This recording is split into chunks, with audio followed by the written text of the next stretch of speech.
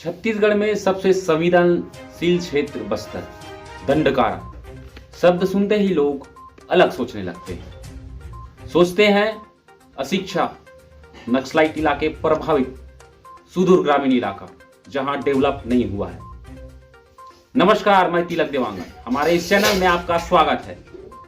बने रहिए, खासकर इस वीडियो को पूरा देखिए अंत तक। इस सुदूर ग्रामीण इलाके में सनातन धर्म का प्रचार प्रसार कैसे होता है, किस तरीके से यहाँ पर सनातन धर्म का संस्कृति, सनातन, इनके बारे में बताया जाता है। हमारे साथ इसी सब्जेक्ट में बात करने के लिए हमारे साथ जंगल के ऋषि हैं। दंडकारा में एक ऋषि बैठे हुए हैं जो लगातार सनातन धर्म का प्रचार प्रसार कर रहे हैं, और किस तरीके से ये प्रचार कर रहे हैं हम बात कर रहे हैं सीधे। बाबा जी, हमारे चैनल में आपका स्वागत है। धन्यवाद। जंगल इलाका है, कैसे प्रचार प्रसार करते हैं सनातन धर्म का? जंगल इलाका जरूर है, लेकिन यहाँ गायत्री परिवार का वर्चस्व है। सुदूर इलाकों में जाकर के हम लोग धर्म का प्रचार प्रसार करते हैं। उनसे बात करते हैं कि धर्म के रास्ते पर आप आगे बढ़िए और गायत्री परिवार से जुड़िए और आपका सर्वांगीण विकास होगा। उनका उन्नति आज हो भी रहा है, बहुत लोग सुधर भी रहे हैं, उनका हर स्तर से विकास और उन्नति हो रहा है, अपने स्वरूप को भी वो पहचान पा रहे हैं। खासकर यहाँ के युवाओं को धर्म के बारे में, नशा मुक्ति, अंधविश्वास, शिक्षा के बारे में प्रचार प्रसार, इनके बारे में भी आप बहुत सारे काम किए हैं। हम आए तो यहाँ पर देखे आपके आश्रम में कि उस समय में आप दीक्षा दे गए। जी, यहाँ तो युवाओं को दीक्षित करने का, युवाओं को जोड़ने का कार्यक्रम हो रहा है। बहुत सारे इलाके हैं जो युवा भटक गए थे, उनको दीक्षा दे करके गायत्री परिवार में जोड़ा जा रहा है। उनके जुड़ने से निश्चित रूप से उनका समग्र उन्नति कहना चाहिए।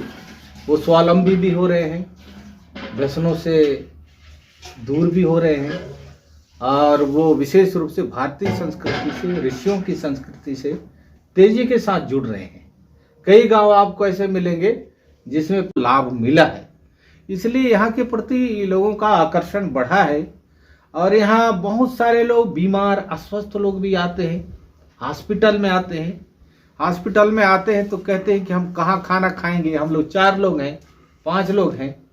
तो कई लोग बताते हैं कि नहीं, चिगलपुट्टी में भोजन भी दिया जाता है और नहाने के लिए भी व्यवस्था है, गर्म पानी की भी व्यवस्था है, वहाँ रुकने की भी व्यवस्था है। हम लोग सब व्यवस्था करते हैं।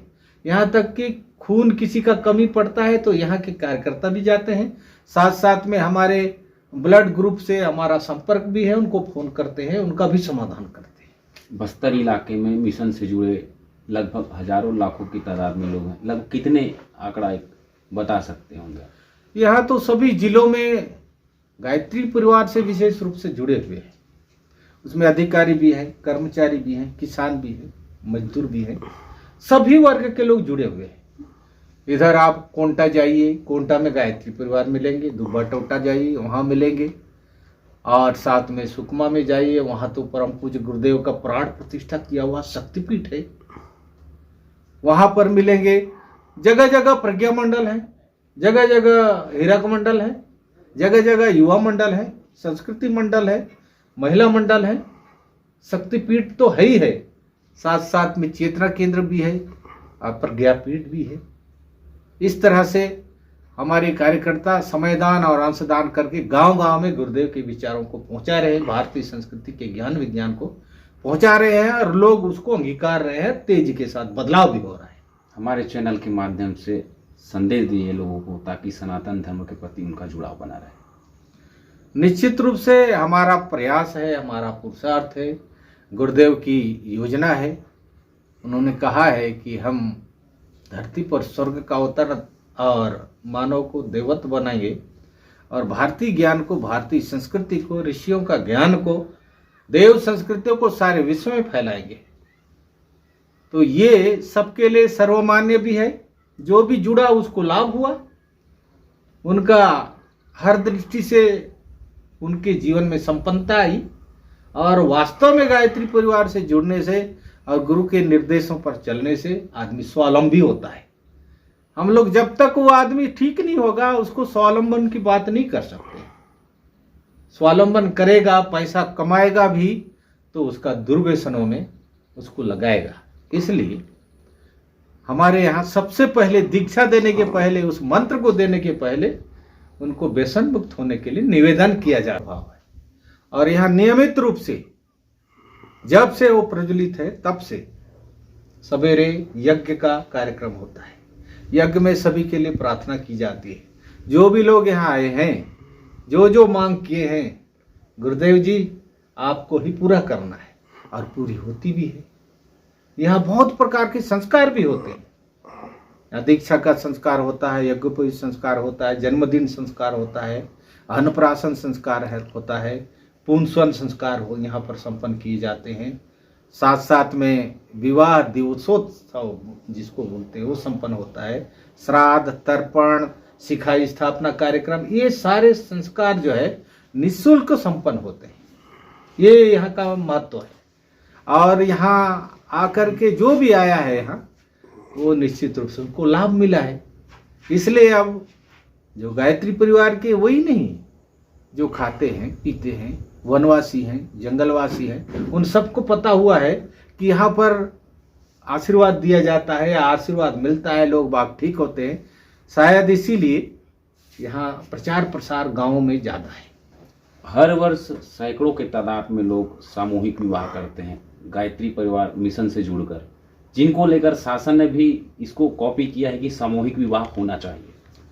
सबसे पहले तो हम लोगों ने ही आदर्श विवाह की बात करी, क्योंकि गुरुदेव ने लिखा था ये दहेज का दानव आदमी को निगल रहा है, उनको दुराचारी व्यभिचारी बना रहा है, उसको खत्म करना है और आदर्श विवाह करना है। आदर्श विवाह में एक रूपता है, हम कुछ चीज़ों को सामाजिक भी उसमें मिलाते हैं जिसमें कि उनके लिए लाभप्रद हो। कुछ कुरीति स्वरूप लिखते हैं तो उसको हम समझाइश देते हैं कि सभी लोगों को सामूहिक विवाह करना चाहिए, जिससे कि हमारा पैसा भी बचे, खर्च भी बचे और कई परेशानियां आती हैं वो भी बचे। इसके लिए एक टाइम में हम एक ही मंत्र से, एक ही कर्मकांड से, एक पुरोहित से कई लोगों की शादी एक साथ कर देते हैं।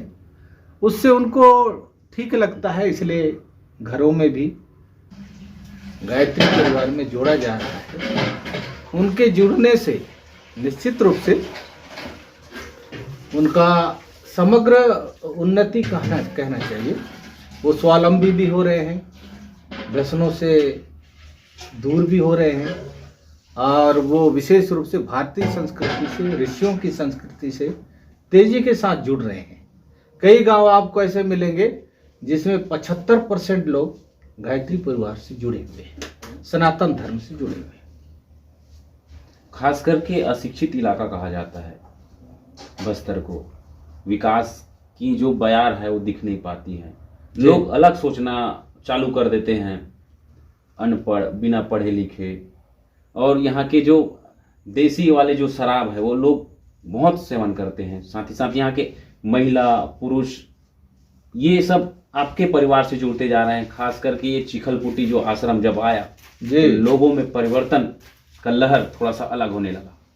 निश्चित रूप से उनको समझाइश देने की जरूरत है। उनको ज्ञान नहीं है, इसलिए वो रास्ता अलग बनाए हैं।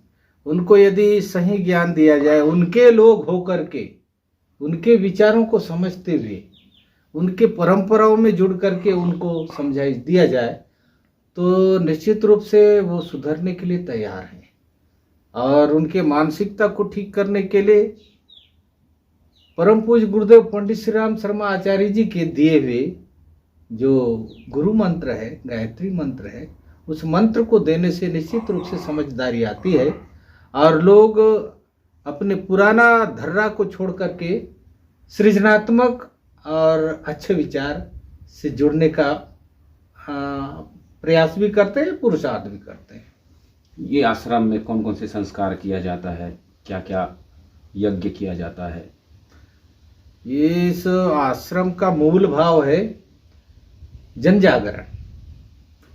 यहाँ शांति कुंज हरिद्वार के परम पूज्य गुरुदेव की विशेष शिष्य डॉक्टर पड़ाव पंड्या जी यहाँ कार्यक्रम में आए थे और उन्होंने कहा था कि यहाँ से जन जागरण होना है, मूलवासियों का हृदय परिवर्तन करना है, आदिवासियों का हृदय परिवर्तन करना है, भारतीय ज्ञान को, ऋषियों का ज्ञान को जन जन तक पहुंचाना है। मैं यहाँ पर एक दीप का प्रज्वलन करता हूँ, इसको बना करके रखना। ये दीपक पूरे क्षेत्र का उजाला करेगा। अखंड ज्योत शुरुआत हो गई, अखंड ज्योत की। अखंड ज्योति शुरुआत और अच्छे विचार से जुड़ने का प्रयास भी करते हैं, पुरुषार्थ भी करते हैं। ये आश्रम में कौन कौन से संस्कार किया जाता है, क्या क्या यज्ञ किया जाता है? इस आश्रम का मूल भाव है जन जागरण।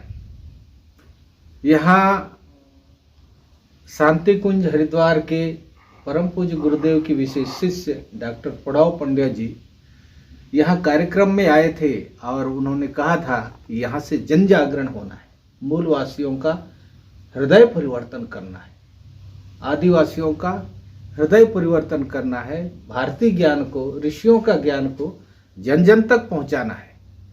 मैं यहाँ पर एक दीप का प्रज्वलन करता हूँ, इसको बना करके रखना। ये दीपक पूरे क्षेत्र का उजाला करेगा। अखंड ज्योत शुरुआत हो गई, अखंड ज्योत की। अखंड ज्योति शुरुआत हो गई है और वो जन सहयोग से ही वो संपन्न हो रहा है। उसमें लोग अपना अपना तेल देना है, मीठा तेल देना है, जो भी 1 लीटर देना है, 2 लीटर देना है, कोई बोलता है 2 लीटर दूंगा, वो इसी से सहयोग से चल रहा है। बहुत सारे लोग आते हैं, अपना दुखड़ा सुनाते हैं, कोई कष्ट सुनाते हैं, आप उनका मार्गदर्शन करते हैं।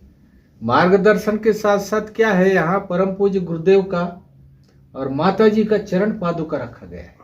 शांति कुंज युग तीर्थ से हम लोग उनका सैल दीदी पंड्या जी से चरण स्पर्श करा करके समाधि में प्रखर प्रज्ञा सजग श्रद्धा में उसको स्थापित करके विशेष विधि विधान से पूजन करके यहाँ लाए हैं। हमको ऐसा महसूस होता है कि यहाँ गुरुदेव और माता जी ही बैठे हुए हैं और उनके चरण में जा करके ये जो मनोती मांगते हैं उनकी मनोती पूरी होती है। बस्तर एक छोटा शांति कुंज माना जा रहा है, कई लोगों का कहना है कि ये छोटा हरिद्वार बनने की तैयारी हो रही है। निश्चित रूप से ये केंद्रीय कार्यालय के रूप में शांति कुंज हरिद्वार ने इसको मान्यता दिया है। इसका भूमि पूजन भी विशेष रूप से हुआ है। भूमि पूजन के उपलक्ष्य में 108 कुंडी यज्ञ भी यहाँ हुआ है। बहुत सारे वनवासी यहाँ पर संस्कारित भी हुए, यहाँ के मूलवासी यहाँ संस्कारित हुए हैं और गायत्री परिवार की विस्तार जो है आजकल अब गांव-गांव में भी पहुंच रहा है। हमारे 12 जाति के लोग हैं, वो सबको मूलवासी कहा जा रहा है, वो सब लोग जुड़ रहे हैं, उनमें जागरण आ रहा है।